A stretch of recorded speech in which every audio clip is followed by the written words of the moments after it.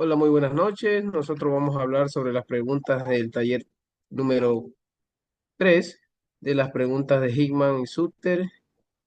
Voy a empezar yo con las preguntas de repaso. Este, Tenemos la primera pregunta que nos dice que describamos brevemente las cuatro clases de propiedad de los periodos y recuperación asociados en el sistema modificado de recuperación del MAX, el cual tenemos que son los principales de 3, 5, 7 y 10 años. El de 3 años incluye herramientas y equipos especializados con vida útil corta. De 5 años, como automóviles, computadores, equipos de oficina. 7 años se aplica a la mayoría de los equipos industriales, muebles de oficina, etc. Y la propiedad de 10 años corresponde a estructuras, maquinaria pesada y ciertos equipos agrícolas. En la pregunta 2 tenemos que describamos el flujo de efectivo en general de la empresa en términos de flujo derivado. ¿Y cómo está compuesto? Tenemos que son el flujo de actividades operativas, que representa el efectivo generado por operaciones normal del negocio. El flujo de efectivo de actividades de inversión refleja las entradas y salidas relacionadas con la adquisición o ventas de los activos a largo plazo.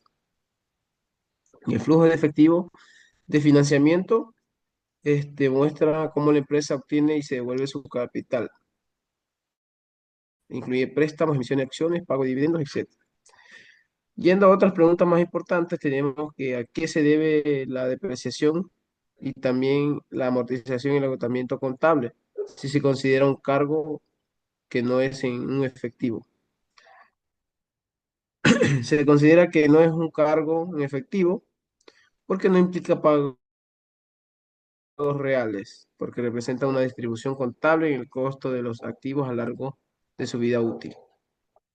Otra pregunta importante, tenemos que por qué excluimos el gasto de intereses y los impuestos del flujo de efectivo operativo y porque no reflejan la capacidad de la empresa para generar efectivo a partir de las operaciones normales de la organización.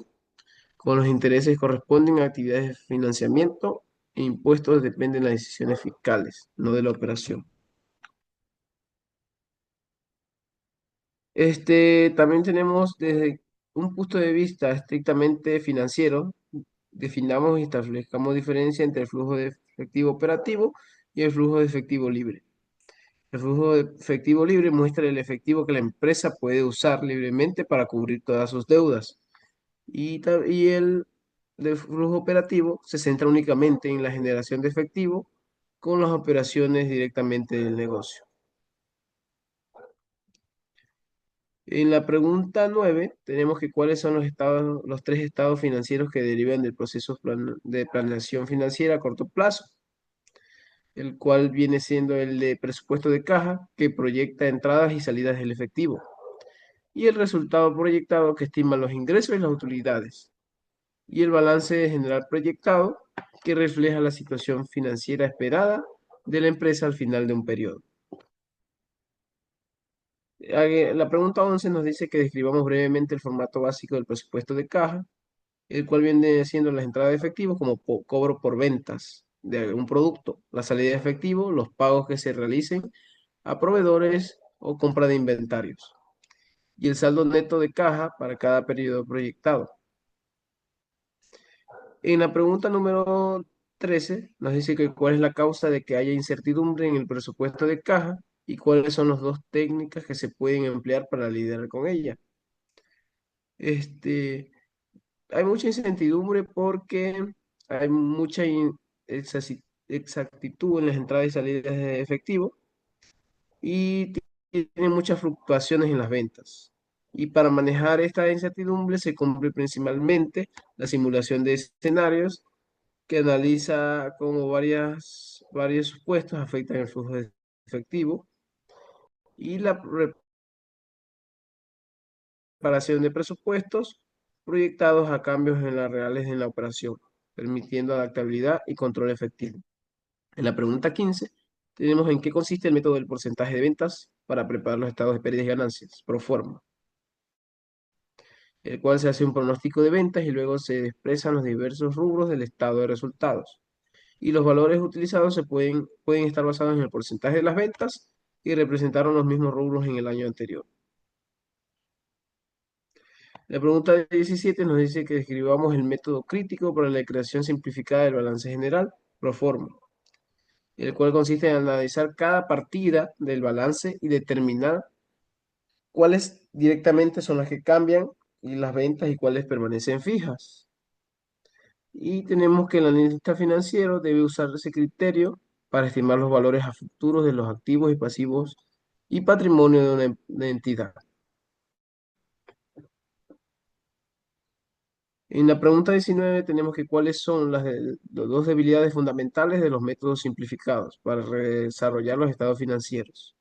Y los fundamentales son el primero, que la situación financiera previa de la empresa constituye un indicador preciso de condición futura.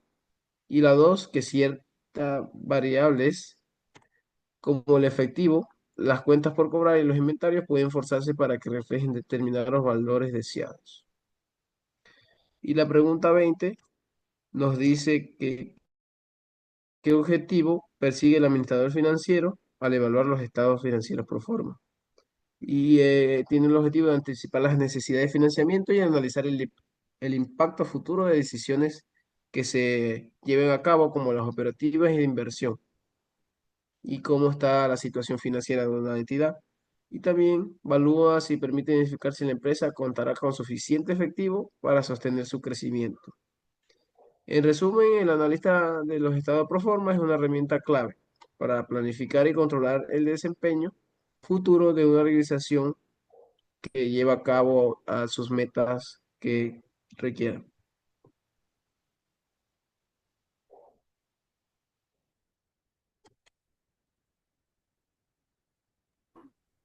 Bueno, yo le voy a hablar de las preguntas del libro de Van Horn. Tenemos un número de preguntas que son 20 preguntas, a las cuales tenemos como primer pregunta, tenemos lo que es, como nos dice, compare los estados de flujo de fondos y fuentes y usos, como los presupuestos efectivos como herramientas de planeación. En esto tenemos los estados de flujo de fondos, se encargan de analizar los cambios ocurridos en la situación financiera durante un periodo pasado. Y el presupuesto de efectivos que se encarga de planificar los ingresos, egresos y futuros en efectivo. En la pregunta 2 tenemos lo que nos dice cuál es el propósito de un estado de flujo de efectivo. El propósito es mostrar cómo una empresa genera y utiliza efectivo en sus actividades operativas, de inversión y de financiamiento durante un periodo determinado. Permite conocer asimismo la capacidad de la empresa para generar liquidez y cumplir con sus compromisos financieros. En la pregunta 3 nos dice, en la elaboración de un presupuesto efectivo, ¿qué variable es la más importante para llegar a las proyecciones precisas? Que le expliquemos. La variable más importante es la proyección de las ventas. Esto se debe a que las ventas determinan los ingresos en efectivo futuro y que a su vez influyen en la planificación de pagos, inversiones y financiamiento. Si las ventas se estiman mal, todos los presupuestos se distorsionan. En la pregunta 4 nos dice, nos pregunta, analice los beneficios que las empresas pueden obtener a partir de los presupuestos de efectivo. Las empresas pueden obtener varios beneficios, en los cuales está mantener la liquidez adecuada para operar sin interrupciones. Podemos tener lo que es prever déficit o excedentes de efectivos y planificar decisiones de crédito o inversión. Asimismo, tenemos lo que es mejorar la toma de decisiones financieras basadas en proyecciones realistas. También tenemos lo que es coordinar actividades entre diferentes áreas, que es la venta, compras, producción, etcétera.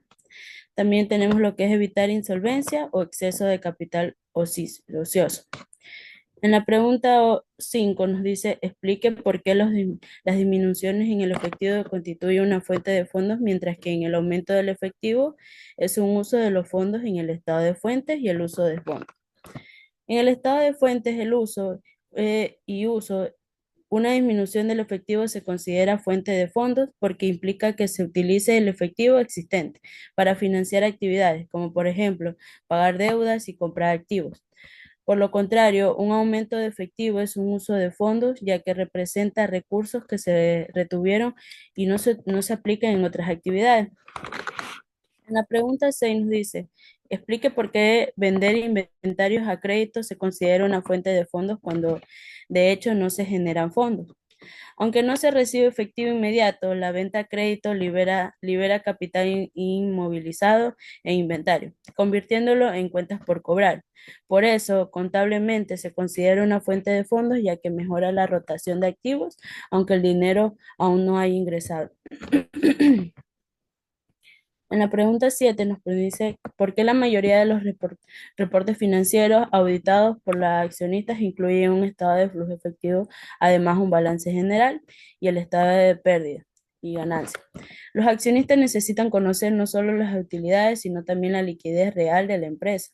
El estado de flujo efectivo muestra que si la empresa puede generar efectivo suficiente para sostener las operaciones y pagar dividendos o invertir, lo que complementa el balance general y el estado de resultados.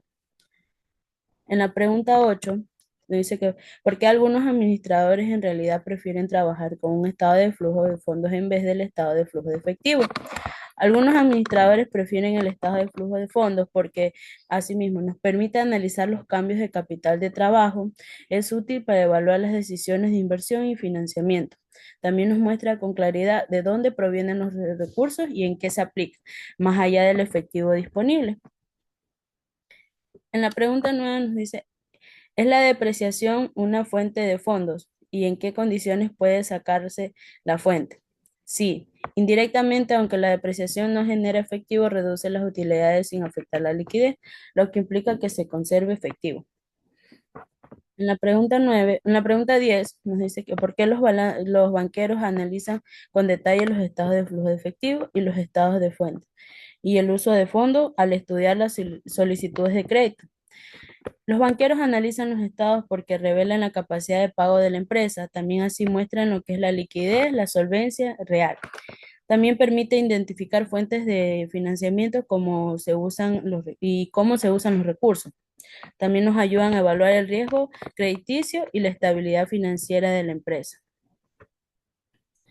En la pregunta 11 nos dice cuáles de los siguientes son fuentes de fondo y cuáles son usos de fondo.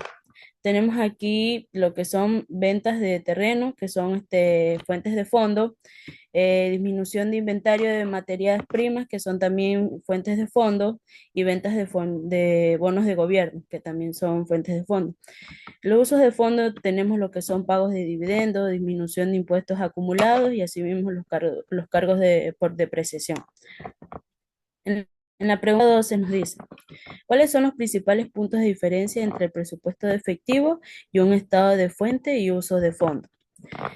En el presupuesto efectivo tenemos lo que es la planificación y el control prospectivo de entradas y salidas de caja, con futuro inmediato o mediano. Y en estado de fuentes de uso tenemos el registro y análisis de cómo se obtuvieron y emplearon los recursos en el periodo pasado. En la pregunta 13 nos dice, ¿en qué elementos deberían concentrarse el directo financiero como mejora de precisión del presupuesto de efectivo? Explique su razonamiento. Nos dice que en uno de esos elementos tenemos lo que son las políticas y comportamientos de cobranza, que son los que es cuenta por cobrar. También tenemos lo que es compras de inventario y también lo que es cuentas por pagar. En la pregunta 14, ¿es el presupuesto de efectivo una mejor medida de liquidez que las medidas tradicionales como la liquidez corriente y la razón rápida? No es una cuestión de mejora absoluta, sino una complementariedad. Presupuesto efectivo mejora para la gestión dinámica y la previsión de liquidez en el corto plazo. Captura así el timing real de cobros y pagos. En la liquidez corriente o razón rápida, los indicadores estáticos miden lo que es la solvencia en un momento puntual usando lo que es balance, como los activos y corrientes y pasivos. En la pregunta 15 nos dice, ¿por qué los pronósticos de ventas es tan importante al preparar el presupuesto de efectivo? Ya que afecta decisiones de producción y compra, con niveles de inventarios y compras de pagos relacionados. En la pregunta 16 nos pregunta, ¿cuál es el objetivo primordial de los pronósticos de los estados al ser una predicción de futuro? ¿Y en qué difieren lo que es presupuesto de efectivo? Los productos de estado financiero Proyectan lo que es el balance y estado de resultados y flujo de efectivos y proyectados, que muestran la posición y desempeño en necesidades futuras de la empresa, para asimismo planificar estrategias, valoración y decisiones de inversión, y asimismo financiamiento. En la pregunta 17 nos dice, ¿cuáles son las dos maneras principales en las que pueden elaborar pronóstico de los estados financieros? Tenemos el método de Tom Dog, lo que proporciona los porcentajes sobre venta, y el método Bookton, el conductor ay. En la pregunta 18 nos dice, ¿qué es una tasa de crecimiento sustentable para una compañía y cuál es el valor de modelado del crecimiento sustentable? En la tasa de crecimiento sustentable es la máxima tasa en la que una empresa puede aumentar sus ventas de activos y utilidades sin necesidad de obtener financiamiento externo adicional, es decir, sin emitir acciones nuevas ni endeudarnos más allá de sus estructuras actuales. En cambio, en el modelo de crecimiento sustentable tiene lo que es el valor estratégico fundamental para permitir a los administradores analistas, lo que es evaluar las viabilidades de crecimiento planeado, medir la coherencia financiera, anticipar necesidades del capital y planificar estratégicamente. En la pregunta, en la pregunta 19 nos dice, explique la diferencia entre modelo de crecimiento sustentable en estable y el modelo de año con año.